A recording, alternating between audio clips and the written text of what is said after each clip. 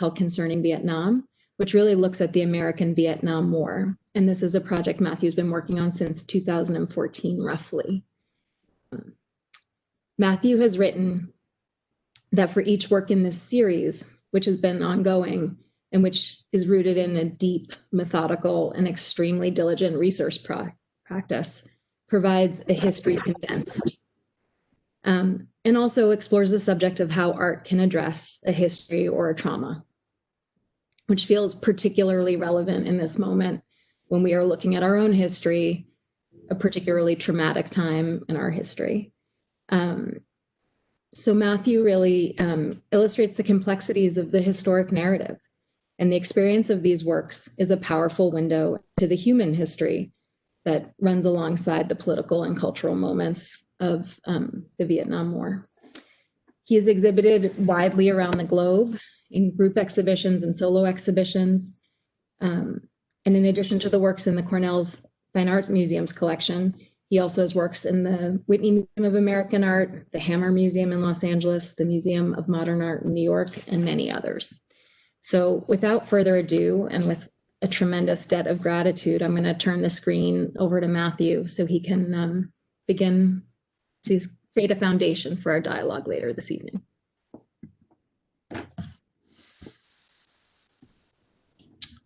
Thank you, Abigail. 1 second here. Let's see if I can do this. Can everyone see the image on the screen? Sorry. Let me move this to the side.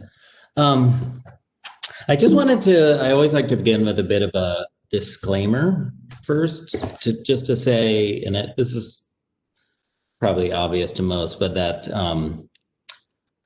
this photograph is of my ideal viewing situation when it comes to looking at my art. It's what I always think of when I'm making the art is actually the viewer in the presence of the work itself. And so it's such a mannered thing to not only have me talking about my work, but we're looking at photographs on the work, and then certainly to have it put into a PowerPoint presentation and shown on Zoom. The other disclaimer that I wanted to mention that I think is just worth stating in the beginning is that I know that this is an extremely charged moment, and I have mixed feelings about if it's the right time to talk about my art project concerning Vietnam, which is also an incredibly charged moment, although it's 50 years past. But I became an artist because I believe in creativity, curiosity, and complexity. And hopefully this body will, we can work with it. I thought I'd really briefly walk you through a bit of my autobiography. So I was born in 1971. And this is essentially what was happening on the other side of the planet. I was born in Idaho, only lived there a couple months, so I really have no experience of it. And this is probably what was happening over Hanoi this is probably a photo from Operation Linebacker, but we'll come back to this. So my father was a forest ranger, so I grew up in very remote areas. I basically spent my childhood in Alaska, camping every weekend. Culture was very distant. I don't remember going to any fine art museums. I don't remember any galleries. A lot of my parents' friends were, craftspeople at the time, but it was just a, very different, very different place than I am at now. Also, we know now that the world was half as populated, and there was more than twice as amount of nature existed at that point. So I bounced around a lot due to my father's, I guess it's his ambition, but just different jobs. And I ended up going to UCLA. Oh, wait, before I say that, this is very important. I ended up going to high school in Montana. And during that time, the first love of my life was punk rock music. And being young and interested in this at this time, which is also, I think, Reagan's years are sort of a, this is a stretch, but they are not unrelated to Trump's years. But punk rock was very exciting to me, and my access to that culture was all through the ephemera. And what I really appreciated about that subculture was that it generated its own material, even though it didn't have a lot of resources available to it. I ended up going to UCLA in the early 90s, what I think was a very fertile time there. And then these two exhibitions there, Helter Skelter, and this one here, Reconsidering the Object of Art, really helped me to understand or expand my idea of what art was. I think when I, got into art school, I imagined something more along the lines of Matisse, but my teachers were Joan Jonas, Paul McCarthy, Larry Pittman, and very quickly I sort of saw art as something much broader. At the time I was making videos. Very few people have seen these since then. Not sure what to do with them, but I think I want to do something with them. I went on to Columbia. At that time, I was also kind of dismantling what the form my art could take. I was making work about office spaces. I'm very influenced by things both in and outside of the art world. So I retained this kind of interest in literature. Psychoanalysis was very important to me. And I began my art post-school artwork, making these posters for haunted house films, kind of a structure I felt that mimicked my relationship to the art world at that time. And because I was making these posters with text, I had to drift into the world of writing. It eventually ended up making these letterpress prints. I think we're all really familiar with letterpress now, but at the time it was really just used for like wedding invites and office stationery.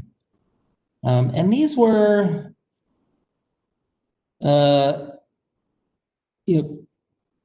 somewhat more humorous than the work I've been making lately. So this is an example of the small text at the bottom.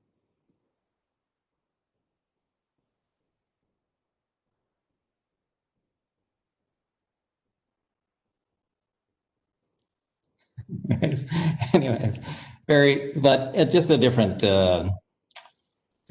And I spent 10, 15 years making work like this. It was very design oriented. The was really important to me. All this relationship to wordplay and what I was doing was where my focus was at. I also made sculpture. I really still enjoy painting. This is a kind of outlier print that I made in 2008 or something without text to exaggerate the anxiety. And then eventually I got invited to serve as faculty at Skowhegan in 2013, which is an incredible moment because I'd just been living inside a very commercial art world and had been really kind of isolated. I think the further you make art, the more you sort of narrow what it is your art can be about. And I found the experience of spending a summer with like 90 different artists incredibly liberating. This is my writing workshop. And this is the sort of work I was making after then. This is sort of I see this body of work here as the culmination of that work that I made. I wrote a book, I made a video of somebody reading that book, and then I made these paintings, which on the side of the painting, here's the painting, and you see in the lower left-hand corner, there's a little mail slot in which the book comes. And I really thought of them like, if you buy the book, it comes with a painting, vice versa. After that, there was this kind of crisis in my life where my partner was diagnosed with stage 3 breast cancer. And I bring this up because I don't think it was necessary, but it really removed me from the studio for a year. And so for a year, I was just taking care of this other person. And when I went back to the studio, she's fine now. She's doing great. She's better than ever. When I went back to the studio, I felt like I was impersonating myself by making the work that I had once made. And what I was really interested in was the Vietnam War, and that is what I had been reading while she was ill. And I had no ambition to make art about it. It just was something that I felt like when I started looking into it, it unlocked kind of a key to the cultural horizon from which I was raised within, right? So then came this question like, well, how could I make, sorry, this is really loud slide coming up here. How could I make art about this thing? And what did I know about it? And this is I just show this slide because being a child in the 80s, I'm very much Generation X. It wasn't that no one was talking about Vietnam when I was growing up, but what we were getting of it was very filtered through Hollywood. And at this point, I would say that if you want to know about this traumatic experience in America, you would not find the answer looking at any of these films. So for a few years, I was just reading and kind of gathering the scaffold of information and events to understand what that war actually was. But I came up with this concept that what if I was to organize my notes in a particular period of time. So I would pick a month. This month right here, this is John F. Kennedy's desk, and this is from, I should know it off the top of my head, but sometimes I have to look it up. This one is November of 1963. And then I would kind of create these portraits sort of over the shoulder of the president. And I would say I've made about 100 of these now. These are silk screens. These measure around 52 by 67 is an average size. I do all the printing myself. I make them in my studio. Now I have an assistant. And that is the backstory that leads us to where we are, and I thought we could. All right. Thank you so much for sharing. We really, I think it's just good for our audience to have a bit of the grounding of your trajectory. But one of the things has come up in our previous conversations, and that you hinted to a little bit there in the way that you organize information, is that you seem to have this nascent interest in the archive and the index, these ideas about how to keep track of things, how to organize information. And I'm curious, when did you recognize that impulse in yourself? Yeah, I've always been a very neat person. Part of the reason why I'm a printmaker is that the cadence of production sort of agrees with my creative self, or how it is I think through things. And I think that, it took me a long time to realize that research was a very exciting part of making art for myself. And the subject of Vietnam is so immense. I mean, it depends on when you date this year, and someone will call it a 40-year war, some will call it a 10. But regardless, there is a glacier of information and perspectives, because the title of my project was concerning Vietnam, but, I came up with that to address all things related to this period. So, of course, it was never Vietnam. It was Laos, Cambodia, America, France, Japan, Russia, largely China, of course, super important, Thailand, Australia. But sorry. So to get back to your question, like taking this subject and trying to kind of organize it. This right here is the paper trail led up to the assassination of the South Vietnamese president, Ngo Dinh Diem. But I'm not sure. I think it has, grown since I've been working on this project. but I think part of it was always there. As a younger person. In your dialogue with Mark Atwood Lawrence in the book concerning Vietnam, you also express a kind of reverence for the work of historians and the complexity of their task.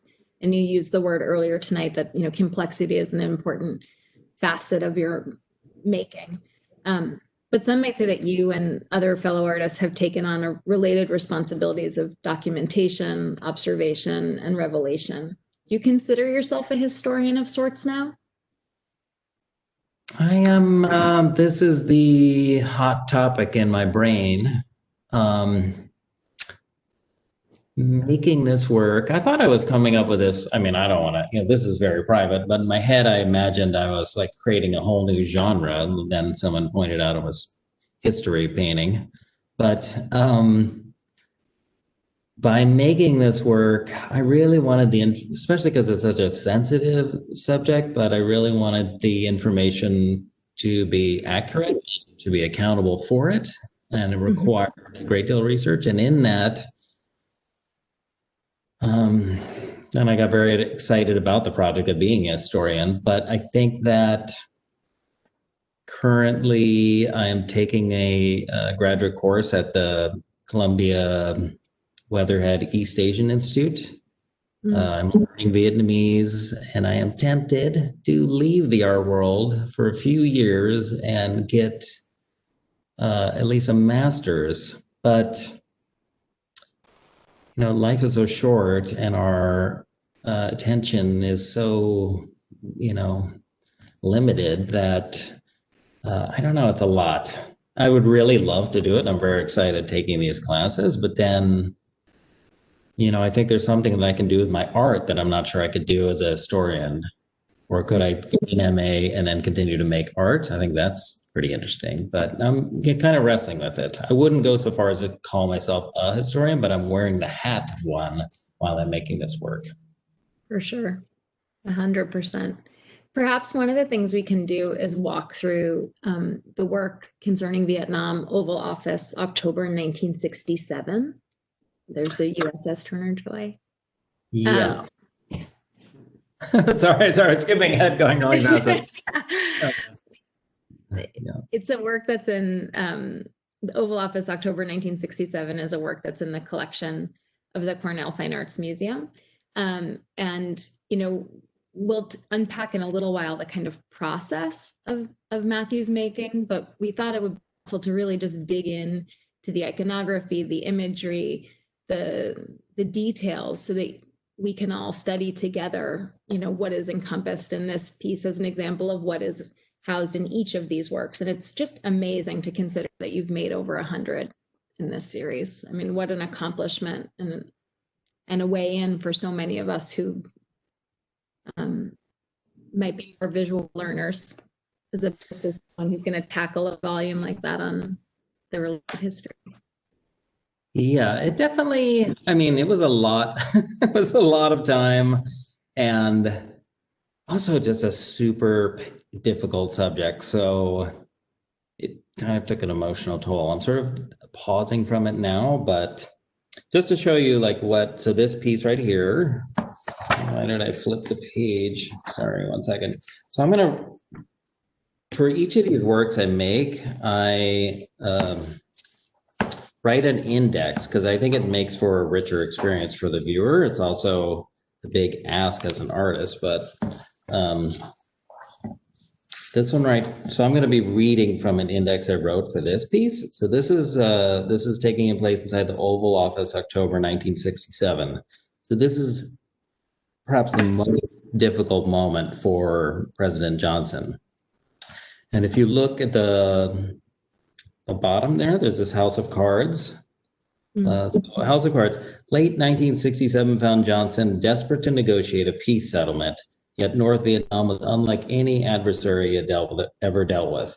Johnson was a near genius at understanding what people wanted and finding a way to link their needs to his own, but he was matched by and unable to manipulate the North Vietnamese Politburo. The cards allude to the failure of 3 secret peace talks that presented hopeful private channels of communication between the U.S. and North Vietnam. The US at the time had no direct communication with the North Vietnamese, which is an incredible thing. Marigold.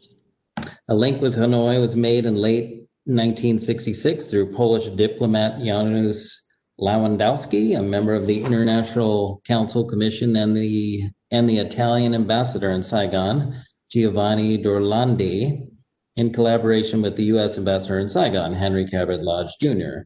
It has been said that Marigold could have initiated peace talks a year and a half earlier than the 1968 formal discussions. Sunflower, British Prime Minister Harold Wilson in discussion with Soviet Premier Alexei Kosygin in February 1967. Again, neither the Soviets nor the UK could speak for the US or the North Vietnamese. Pennsylvania, initiative of two French diplomats, one of which had personal contact with Ho Chi Minh and Henry Kissinger, then a professor at Harvard, trying to link the two adversarial countries. The Pennsylvania Initiative collapsed due to ill-timed bombing runs, miscommunication, and mutual mistrust. I'm going to skip a few, but I'm going to, because there's a lot to read here. Why don't I just go for it? Okay. Matthew, just a quick question. Do you tend to write the index after you've made the work, or do you make the index in advance of the work as a roadmap to what's going to be included? Well, I'll touch on it a little bit, but I make usually a pile of notes lying around my studio as I'm listening and reading to things and watching things and thinking what is an interesting moment. And then I'm trying to find sources for that moment. I'm trying to find primary sources and then secondary ones. And then the index is written after. The index is always after. But, I work with editors and then I show these to historians and try to make sure that I didn't get anything wrong. October 18th, 1967, on the evening of October 18th, LBJ had a full dress discussion of negotiations and a bombing pause. He described three options: an early bombing pause, close out the Pennsylvania Channel and resume activity, or wait for a further response. His advisors remained divided. Secretary of State Dean Russ urged direct official talks rather than secret channels. Secretary of Defense Robert McNamara favored a pause, while soon-to-be Secretary of Defense Clark Clifford, then chair of the President's Intelligence Advisory Board, and General Maxwell Taylor, former Joint Chiefs of Staff chair and ambassador to South Vietnam, suggested that a bombing pause would signal weakness and make the, quote, possibility of peace much more remote. So you can just kind of see the complexity of each of these meetings, which is, fascinating thinking about where we are now. Sigma I-67, Sigma II-67, highly classified war games played at the Pentagon to predict future foreign affairs, consisting of color-coded teams played for high-ranking officials along with a control apparatus. They included members solicited secretly from the State Department, the CIA, and the military command. Both games determined that a ceasefire was unlikely and free elections a long way off. I'll do this one last one here, which is the while you're out note from Dr. Martin Luther King. Dr. Martin Luther King had taken some time before speaking out against the war. In April 1967, he could wait no more. He publicly called the U.S., quote, the greatest purveyor of violence in the world today. LBJ considered this treasonous disloyalty, especially given the work they had done together on civil rights. LBJ very much wanted to keep the issue of civil rights and the war separate. And for those of you, if you aren't zoomed in, that's in the top kind of right quadrant of the image. Yeah. What's fascinating is that with all this deep research and all the information, you visualize it in a way and code it in a way that it's like a trail of breadcrumbs for people who are curious and want to unpack the history themselves. Let's talk a little bit about how these things are technically made too. It would be kind of irresponsible not to do that because the process is so rich, literally and figuratively layered.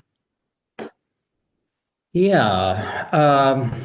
this right here, usually this is a very early sketch. It starts off, it's always in my mind first. I always have a vision of things. And I think that, my work is so graphic and discreet, but actually, to make it, I actually print like a painter, and there's a point where the research becomes too much and I just have to start. So, but usually it just born of my reading. Then I start to make maps of what I want, photos of books. I try to go back to find quotes of the things that I think are important, and then to figure out, follow a paper trail and find the sources. Vietnam, of course, largely due to the release of the Pentagon Papers as we know them. We have so much access to internal documents of that time, and more so actually now we're finding that the Vietnamese and Chinese archives are opening up as well. So it's a interesting time working on this. But then there is trying to go around and find things such as a telephone. This is the Robert Kennedy's. And so sometimes I'm traveling around the country, going to different museums, and sometimes I'm like emailing people and asking me to send them something, or buying something off eBay.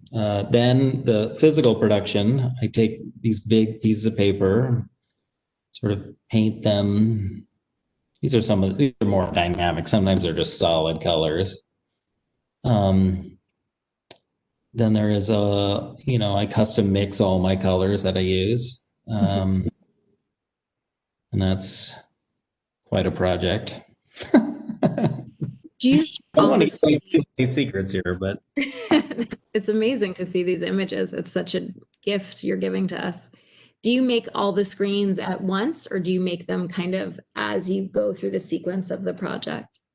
Is everything prepped before you start? No, yeah, because they take sometimes hundreds of screens. So this right here, this is just for the bottom of this helicopter, my notes of this guy that I work with now. So we, figure out how to mix color and figure out the sequence of what prints first. But I do have, born of the last financial crisis, which is like 2008, like a show I had canceled. I had to like cut my studio in half. I ended up, these works are really born from that time, because then I had to make everything in my studio, and I built my own print shop and slowly bought pieces of equipment over time. And I only think I could make these works having my own print shop. I mean, there's no way I could ever convince anyone to make them. And these aren't, of course, editions. These are just one-off. So freed up in that regard. So yeah, this is like a daily, it's a big pile. This is the labor goes into them is pretty remarkable. And I love the language you use, that you said you print like a painter. That kind of composition, color, the visuality of them beyond the functional is really very, very special and unique, and unlike anything really I've ever experienced. Yeah, because so another, production thing I figured out, because I'm not making an edition, one, I only have to get it right, like one time. Like having a screen print the same 10 times in a row or 100 times, it's a whole other trick than just being able to pull one screen. It also means I have to be willing to work with errors. So plenty of times I'll hand paint over something or add details. So there's a lot, there's more hand painting, and I really see them as paintings on paper. I really feel it's the art world's, it's a limit imposed on me when people think of them as like prints or their paintings, or, but yeah, I'd always want to make one with animal crackers. It's like 20 screens or whatever just for the animal crackers. I always resisted and actually disliked labor intensive work, and somehow I found myself doing it, but somehow you find yourself with the most labor intensive there is. Well, often labor-intensive work, the thinking part shuts off, and you just have to knit for 10 years this one shape or something. But Yeah. yeah, You're I found following up. So this is so you took us from that initial gradation image, and this is the final result, or this was a different helicopter image, I think, maybe. this one's probably the final one of either that one or this one, but this is the one that we were looking at. You saw this all the way from the sprayed background. Forward. Yeah. That tends, the perspective play that you achieve is also just such a visually satisfying component, that you bring kind of dimension forward and backward, your sense of color, your sense of composition. It's really dynamic. I mean, I could also point out that I make them, even though this is a Huey helicopter, everything I make is it's generally larger than life to a point that it creates like I don't want to, I personally think of them as sort of like doll houses, but it's like you have the ability to kind of fall into them visually. So some of that, it's very forced in a way, but I think there's something to that. It's a space we can inhabit. Yeah. In the lead up to the election, you posted quite a bit, with an encouragement for the country to find its common ground and to resist the polarity that seems ever forced upon us. And I'm curious, did your research for the Vietnam Project reinforce this kind of empathy? You said at the beginning of our talk today, and we've discussed this in the past, that your starting point often is from the perspective of the protagonist, and so you're looking at the world through their eyes and their life. How does that impact the way you think about these characters of history? Yeah, when I initially began this project, I knew that when I was very young, I mean, there were sorry if that's cancel that. There were survivors of World War I still alive. Mm-hmm. And my studio is right next to a veteran shelter, but I still felt that the distance of 50 years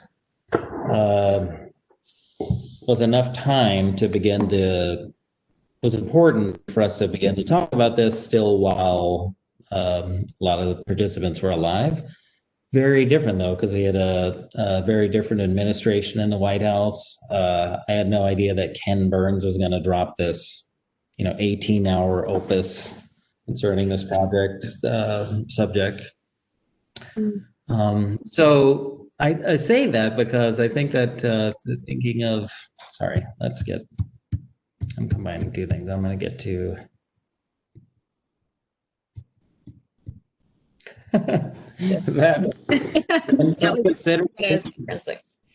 we can go back and look at some of the things, but these are some of the images that you were referring to, and I think I just hit the panic button last week. And in studying war, one is for sure becomes a believer in communication. I believe now that our culture has sort of been hijacked by social media, and that the currency of social media is upset. And I think that it's very hard to have communication from that position. And I think that,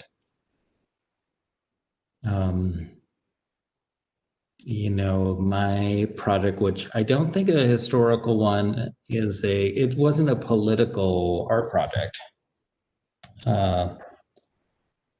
In that I reserve the term political art for art, which is its ambition is to influence elections or legislation, right? So, but at the same time, I don't know, it's too much to say here. I'm saying like three things, but yeah, yeah, I wanted, I think we have a lot of work to do, and there's a sort of urgency to come together right now. So for sure.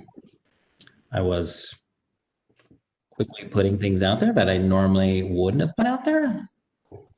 And I'm sure much of it was, informed by the work that I'd been doing before on this period where also America was extremely divided. I mean, more so than it is now, actually. But yeah.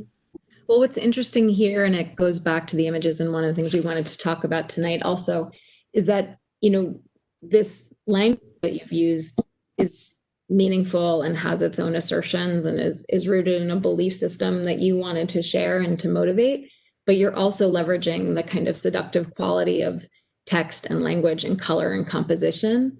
And that is something that you do also in the other Vietnam works, is there's this way that you lure people in through the visual to pay attention to the content. So I think, you and I talked a little bit about how much that was a clear strategy at the outset versus something that you came to understand the works to do. Does that still? Yeah. No, that is a strategy that applies to my entire practice. I've always seen my work as I'm a very visual person, but I use that visual allure to camouflage more difficult subject matter. So I did that at the very beginning with those letterpress prints. And I have, it's very clear that this Vietnam project is also a very bloodless one, almost polite, but it never, because it is so content dense, hopefully it never rests there and projects outside of itself. So I think that, and this is going to sound, I don't know, critical or something, but I think often a lot of art and sort of announces itself as very radical, but then the ideas inside can be very shallow often. And I am interested in almost the opposite strategy, which is like almost an agreeableness, like a visual invitation, and then followed by something more stressful, I guess. Yeah. So. No, revelatory, kind of letting people in the side door. Just one last question before we open up to questions in the chat. And people, feel free to put a question in the chat if you have one, and we can take a few at the end. But we're about a week past the election. And I'm curious, if you were making a new work based on this election season, whose point of view would you be interested in taking? And what do you imagine it would picture? Yeah, we'd previously chatted about this, and I spent the last week thinking about it, and I think it's an interesting question because I cannot answer it. And I realize that during my lifetime, I'm 50 years old now, I was blocked from the World Trade Center and watched those buildings fall. I lived in Los Angeles during the LA riots. I've been proximate to some historical events, and yet I would probably never make art about them. And I wanted, the question has made me focus on what is it about this distance of so many years, and what is this spot that's actually not hundreds of years ago that I'm talking about. But it isn't. I think I'm too close to it right now. So the current administration, it's not to say that another 50 years it might be interesting to me. The nearest thing I could think of, and I don't think I should pursue this idea, but I was always interested in how Afghanistan is a parallel to the project in Vietnam. It's also a place that seemed to just like pull in the rest of the world, and something that was,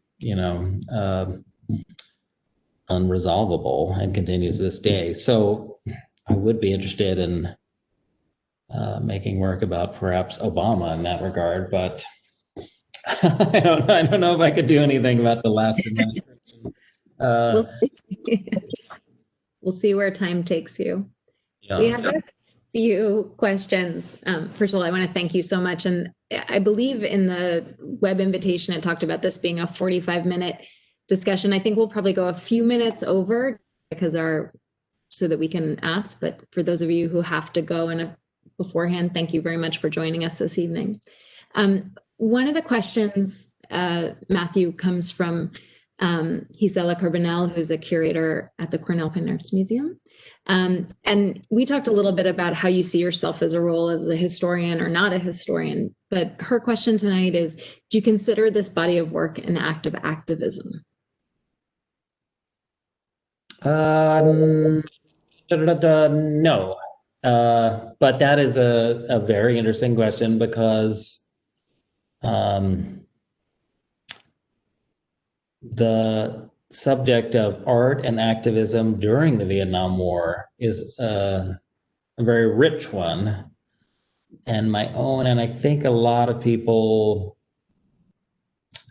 especially like veterans, when I would talk to them and I would say I was making art about it, they would, automatically refer back to anti-war material. But I reserve the word activism. It's easy for me to say that what I said about political art earlier, but in a similar way, I think activism should have a clear goal. So I hope that they promote understanding. That is my main thing, and that they help broaden our understanding of a very difficult period. Mm-hmm. The use value of history, I think historians are hesitant to then have their work serve as a tool or a roadmap for the future in the way that a lot of people would like it. Because we're always trying, and I'm especially interested in like a transnational diplomatic history. So you're always sort of expanding what you're studying. Seeing the broader picture. The reason I say I'm not an activist is not because I'm not excited by activism or believe that other people, I just don't see myself in that role as an artist, as an activist. But it's like a very timely issue because in so many contemporary art practices, activism is specifically, really a cornerstone of it. And in your case, you kind of sit at this interstice of content and sharing information. And so to understand that nuance, that you don't take it on as a particular mantle or as an activist strategy is really clarifying. So thank you. So another question that's coming in tonight from Barbara Alfond was that she's curious to know if your parents were involved with Vietnam or how they felt about the involvement in Southeast Asia at the time and what they think of this particular body of work. Yeah, that's also interesting and worth talking about because my parents never talked about it. I remember watching what's known as the Fall of Saigon by some, or Black April, I think it was called. Anyways, no one really talked about it. My parents were not in the military. I wouldn't say they were anti-war activists, although I've heard some stories about helping people evade the draft.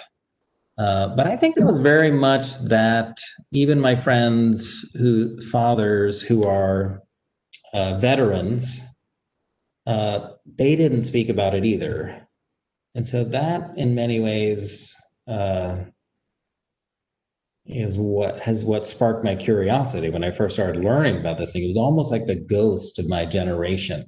We were born out of this, born during it, and yet they did not talk about it in high school. And I think a lot of that has to do with American identity and the idea of winning and losing, which is a whole other complicated subject. But it has brought me closer to them, showing them this work and talking to them about it. And I think that it's a different moment now. So, yeah. It's great to see these. Thank you for that answer. And it's wonderful to see these pictures. This was from your last trip to Vietnam, most of these. Is that true? About a year and a half ago or a year ago? Yeah, maybe not my last trip, but the trip before. Yeah, so now I'd highly recommend, I always thought it'd be more interesting to travel somewhere and then learn about it, but I would recommend studying for 5 years and then getting on a plane and landing in that place. I couldn't believe how fascinating I found everything. And I recently joined this arts collective in Ho Chi Minh City, and my plan, if it wasn't for COVID, was to spend a month or two a year there. I'm trying to learn the language, but yeah. Hopefully the world will unfold and open again in a way that allows that to continue. As we look at your books, I just want to images of the book. I want to reinforce that not only are you a teacher and I will call you a nascent historian or a scholar for sure, and an artist. You also write. You write not just in the service of the works themselves, but you've written many books and texts. And it's just another rich and fascinating dimension of your practice. We know that people may have other activities to get to this evening, but I want to thank first and foremost, Matthew, you for joining us tonight, for sharing this kind of inside look into your practice and to the work, and for speaking so candidly. As the Cornell Fine Arts Museum is very much a teaching collection, and that this was recorded, it will serve generations of students to come for sure, in addition to the people who got to join us this evening. So thank you for that. We owe you a debt of gratitude. And for everyone who joined us this evening, thank you very, very much. In these moments of dislocation and challenge, it's very special to be able to come together around a subject and through art to learn and to have a community, even if it's a virtual one. So thank you very much. Thank you, Matthew. And thank you, Dina, and everyone at the Cornell Fine Arts Museum who helped organize this evening. Thank you for having me. Thank you. Be well. Take care. Bye. Bye.